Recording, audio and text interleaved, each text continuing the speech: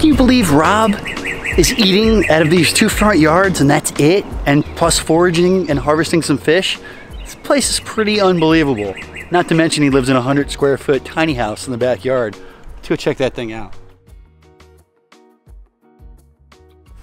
Come on in. This is the homestead. This is where I spend hours upon hours upon hours in my kitchen processing food. It's the good life here, the simple life. I don't have a single bill, debt, credit card. It's 100 square feet, 10 feet by 10 feet. It's definitely small, but my last tiny house was 50 square feet, so this is substantially bigger. And the reason I need the size is really for the food. I mean, this place primarily exists as a place to store my food. You know, like, for example, this shelf is 1, 2, 3, 4, 5 shelves of food, 2 shelves of possessions, which is pretty standard. So this is the honey from my bees. I harvested 75 pounds last fall, so that was pretty successful. I also do bee rescue with my friend Dennis, the bee guy. So when bees are going to be, you know, they make they swarm and then they go to someone's house or garage or something like that where they don't want them.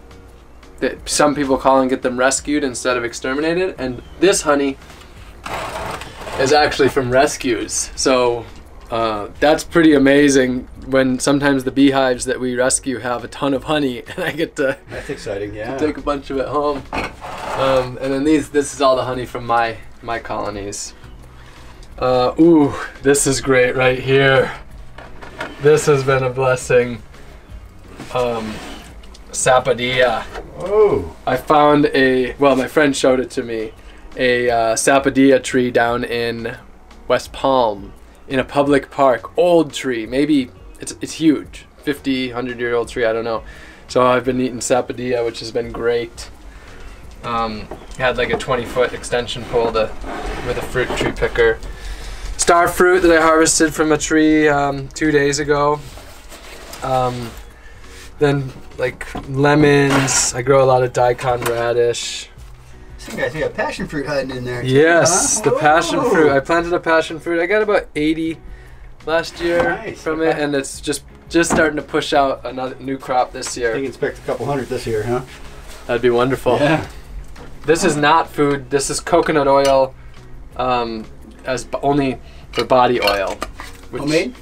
No, it's from the side of the road. I found a jar of it. So, so as you can see, I don't have cooking coconut oil. I don't actually have any oil. So far, I've basically failed at oil. I've made this much coconut oil, about 4 ounces. But I have a bunch of coconuts, and hopefully on this round I'll do all right. I have this. This was my attempt at making coconut oil, but I dried the coconuts out too much. To get the oil. Yeah, but now I have it as it's a nice snack anyway, and the oil's still in there. So. Cool. This is a great snack. So, here's the pigeon peas that I just showed in the front yard. And then these are southern peas. So those are my two major sources of plant-based protein. Fish is my main source of protein. And then I just realized in this video, I'm probably always eating. I feel like I've been eating all day.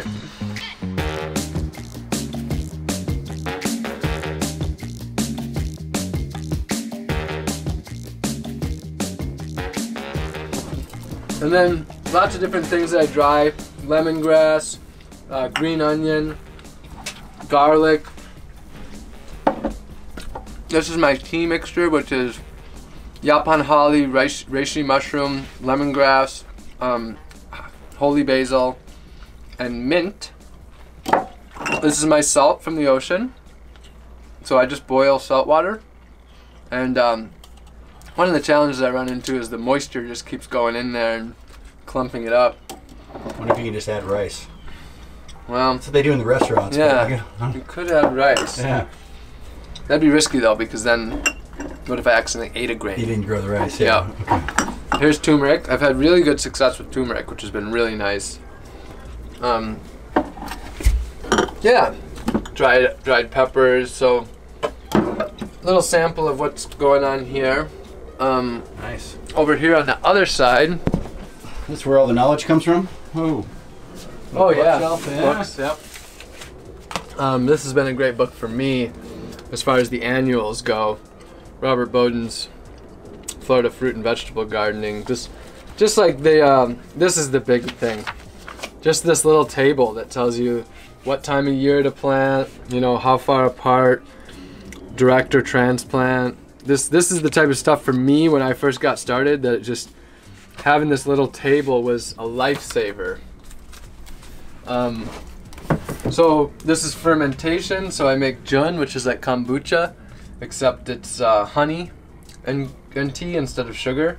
And then this is honey wine. My last batch of honey wine was amazing. This batch, not going too good. I think I accidentally got some of the jun SCOBY into my honey wine because it keeps producing a SCOBY. Oh. Vinegars, mango vinegar. This is mango harvested down in Fort Lauderdale from abandoned lots mostly. Fire cider. I'm making ginger beer and turmeric beer. And then of course the Seminole pumpkins. These have been amazing. I got 170 Seminole pumpkins last summer. Nice. And just planted a few for this year. So those have been good. They're a staple of mine. The freezer right here. Oh, there's a freezer hiding in here? Yeah, this is the deep chest freezer. This is plantago. As I said, I also grow my own medicine. If I get stung by my bees and I put plantago on along with honey within the first 2 minutes or so, hardly any swelling. If I don't, I just blowed up. This is a great medicine to be able to grow. Here's my freezer. I've got star fruit in here, sapodilla. I cube up my Seminole pumpkin.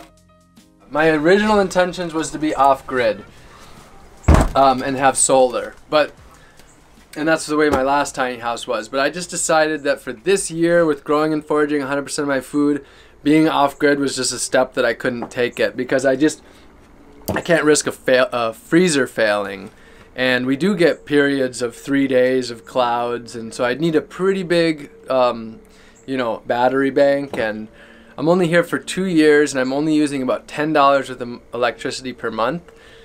So it just, you know, this only uses about $3 worth of electricity per month. So, you know, I really thought it over, and I just thought, well, I think the best scenario is just plugging in.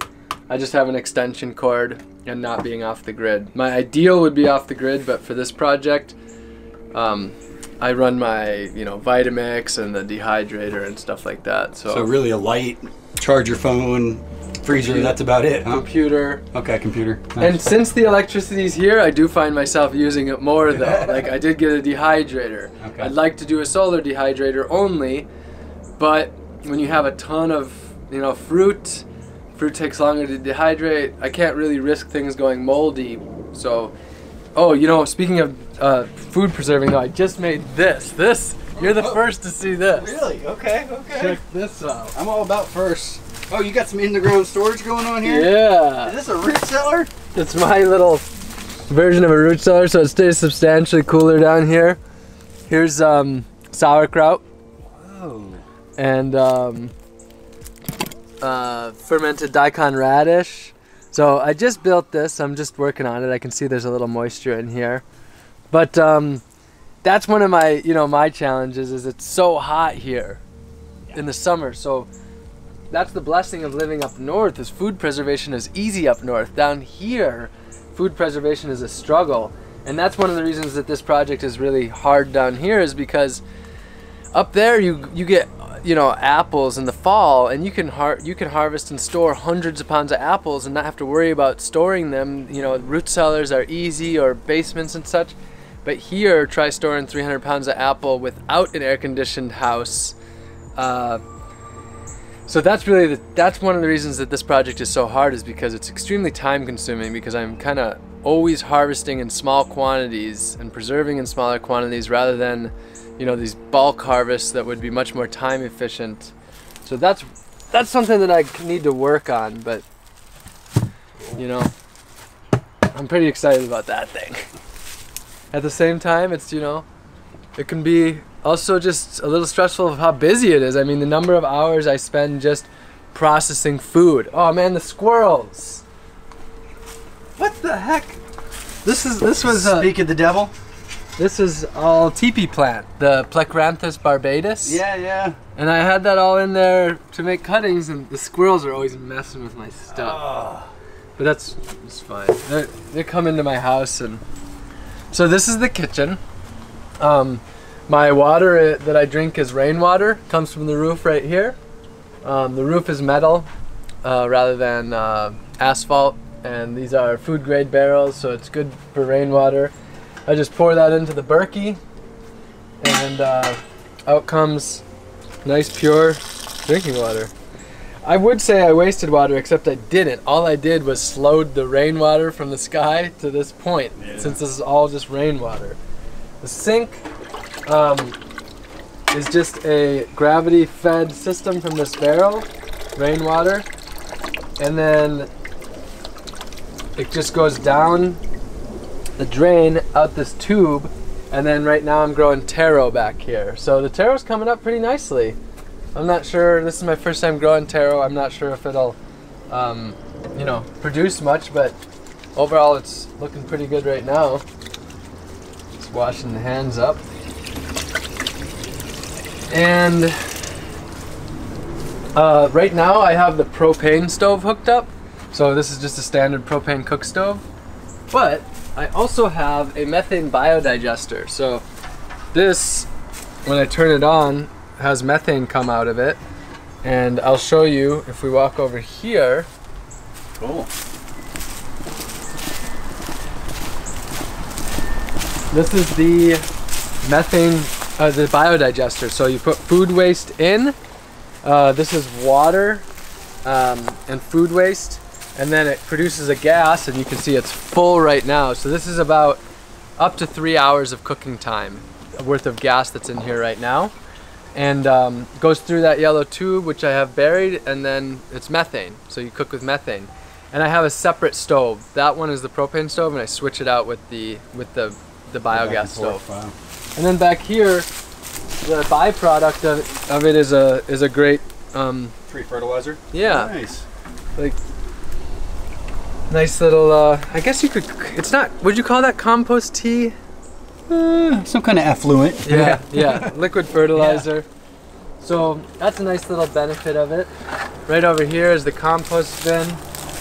The system I set up is putting it right in between my bananas just to, you know, have those nutrients go to the bananas.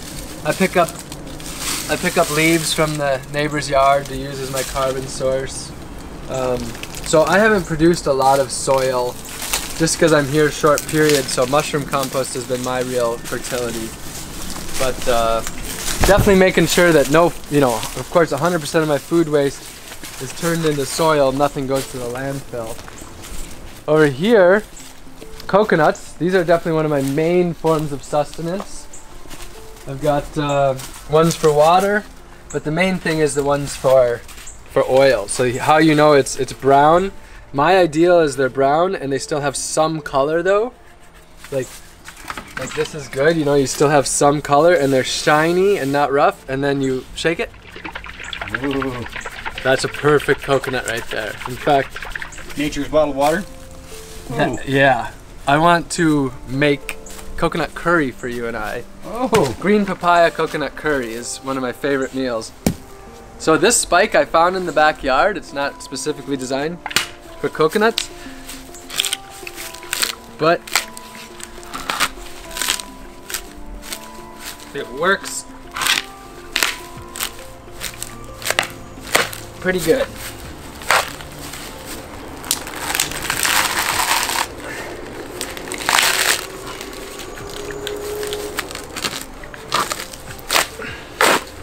First piece is the hardest. Seems like you get a little bit of your own workout harvest in your own food too, huh? I definitely... Have you had a sprouted coconut yet, Rob? Yeah. Okay. I've had some sprouted ones. I gotta say, they're not my favorite. I like a good, just solid white, just before sprouting stage. Okay. So, coconuts are a bit of work, but I think one coconut like this might have something around 1,500 calories inside. I gotta do the math, but coconuts are definitely work, but they are also, you know, coconuts are a survival food. You can pretty much live off of them. So then I just use my knife. I don't have a machete, or I'd use that. Go around like that.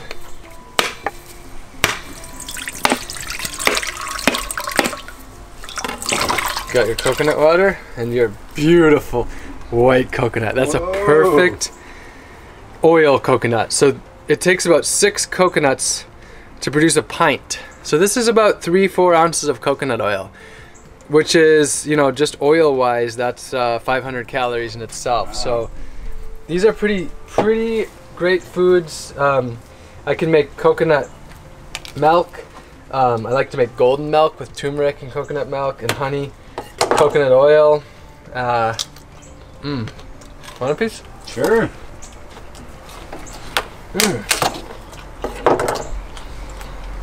It's good stuff. I don't know. I kind of consider coconut like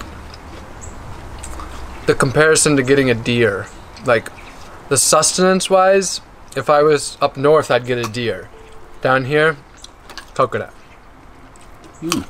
There are deer down here too, but it was just a bit of a comparison in my mind. Yeah. Got the solar oven here. Oh, cool. For cooking as well. I haven't used that as much as I'd like to, but now that it's going to be summer, I'm going to start to use it more. And then back here, this is more food. Some temporary storage. This is not my ideal way of storing, but sweet potatoes. This is the kind that I grew 400 pounds of. They put these big mammoth ones out. Those things, yeah. But then I also grow some purple ones, and here's daikon radish. This is the yam, Dioscorea alata. I've eaten a lot of sweet potato, a lot of yucca, minimal yam. I would prefer sweet potato one. And then while we're here, here's the toilet. Oh. The closed loop composting toilet system. I mentioned the toilet paper plant. This is Plecranthus barbatus. Okay. And up north they have lamb's quarter, or lamb's ear. And this is like, I mean, it's just the softest thing. It's just it's ridiculously soft and nice. Like Do I smell it too? Yeah. Okay. So it's in the mint family. Yeah. So it's got a great smell, and actually one thing I discovered on a very dewy morning, you know, these were really moist, and they're hairy, so they hold in the moisture, so they're actually a perfect natural wet wipe as well. Oh! So pretty special. Pee goes in here, and it's diluted about 10:1, and then that can be used on plants, mostly like shrubs, things like machaya or pigeon pea or papaya and things like that. Poop goes into this one, and then that has sawdust used as the carbon source, and then that has to be composted for a year. That's called humanure, and then that can be used on fruit trees. Nice. I mean, it can feasibly be used on low things like kale as well, but generally it's used on things where the food doesn't actually come in contact with it. So that's the closed loop composting toilet system. And then the shower. So this is the rainwater shower, and the idea of this is it's, you know, basically a closed loop shower as well. Water comes from the roof. I have a 5-gallon bucket that I just fill up. Usually I would get all those leaves out of there first. Oh, before you fill the bucket. Yeah. Yep. And then but leaves don't harm me. And then I just dump the water over my head. I haven't gotten around to making like an overhead solar shower yet, but this works great. And I planted a banana here, but that banana didn't come up. But my plan is to have some big, nice bananas here. Some water-loving plants. Yeah. So, yeah, that's pretty much, that's largely the place. You want to maybe make some lunch and sit down? Yeah, this is like MTV Cribs Rob Greenfield edition right here. I love it. Yeah. Cool, man. Yeah, let's do that. I don't think that when I was a kid and I was watching Cribs, I would have been too stoked on this place. I was more into the big places with the cars, for sure.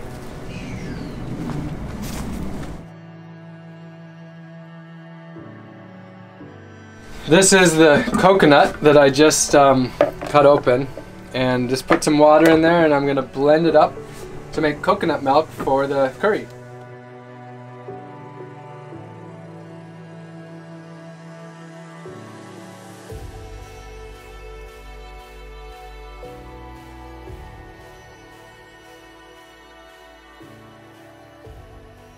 This is a produce bag. You can use nut milk bags.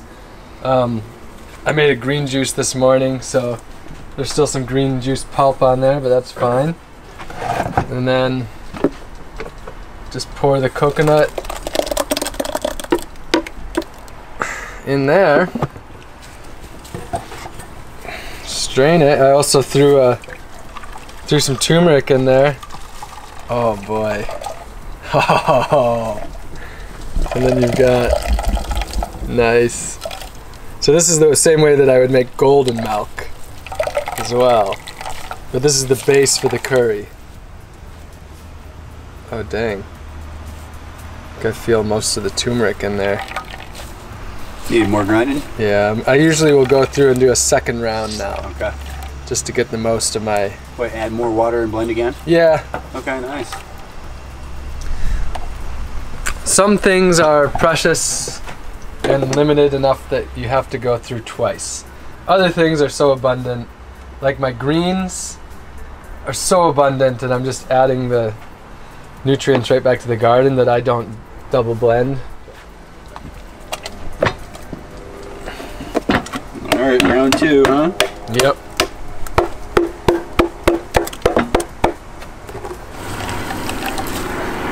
So is this gonna be lunch or dinner? Both. Both? You done for the day? I don't know, we'll see. I don't know, it might. I'm gonna cook some sweet potatoes as well. I do try, ideally, to make a few meals at once. Just to make this whole thing manageable. It's really helps to make, like, ideally I cook all my yuca for the day. Okay. Or sweet potato for the day. All right, so I'm gonna taste that. Not bad.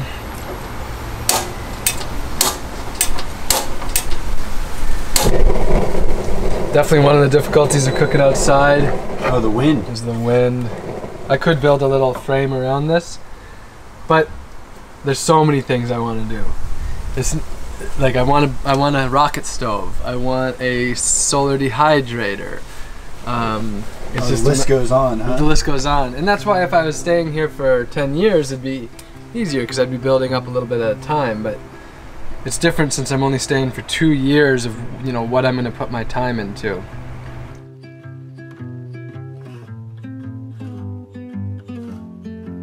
All right, so this is lunch and dinner. Lunch and dinner. In the pot, I've got coconut milk and lemongrass already going with turmeric blended in there. Okay. And then the other ingredients are going to be green papaya. I already peeled that. Some cut up Seminole pumpkin that I had stored in the freezer. And then I've got pepper, garlic chive, there's the turmeric, rosemary, garlic as well,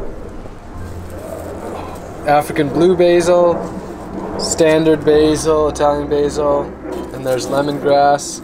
I've got salt from the ocean, and collards as the greens. I would usually use like bok choy, but I don't have that right now. And then I'm gonna cook some sweet potatoes separately and lay this over the sweet potatoes. So nice. Yeah, this is definitely lunch and dinner, and enough for you to try out one of the meals as well. That's exciting, bro. All right. So time to chop the green papaya. Cooking from, you know, like 100% scratch from the garden or foraged is in itself, you know, a lot of work. That's one of the big challenges of this project, is just the amount of time that goes into cooking. And that's the area where I need to improve. Getting better at preparing more food at once. But it's difficult because I like to eat as fresh as possible at the same time. My cutting board is split in half, so I'm using actually this is a third of a cutting board. I think the humidity on outdoors, always having it wet.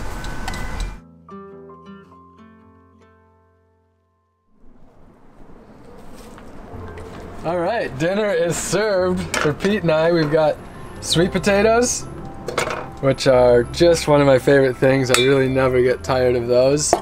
And I'll use that as a base, and then throw the curry right over the top of that. Whoa. And this is a nice, like, semi-tropical meal here. It's got a combination of stuff that you can grow up north and stuff that grows down here in Central Florida, and even some stuff down from South Florida. So a lot to take away from this. So it has been awesome spending the day with all of you, and super thankful for Pete for coming out. We are gonna have ourselves a dinner now. But today's just day 139 of this year. So if you're inspired and you're learning from this, then I would say, you know, join me on my YouTube channel and Instagram, where I'll be sharing this journey for another, what, less than 200 days. Ooh. But still quite a bit to come. So yeah, dinner time. Right on, man.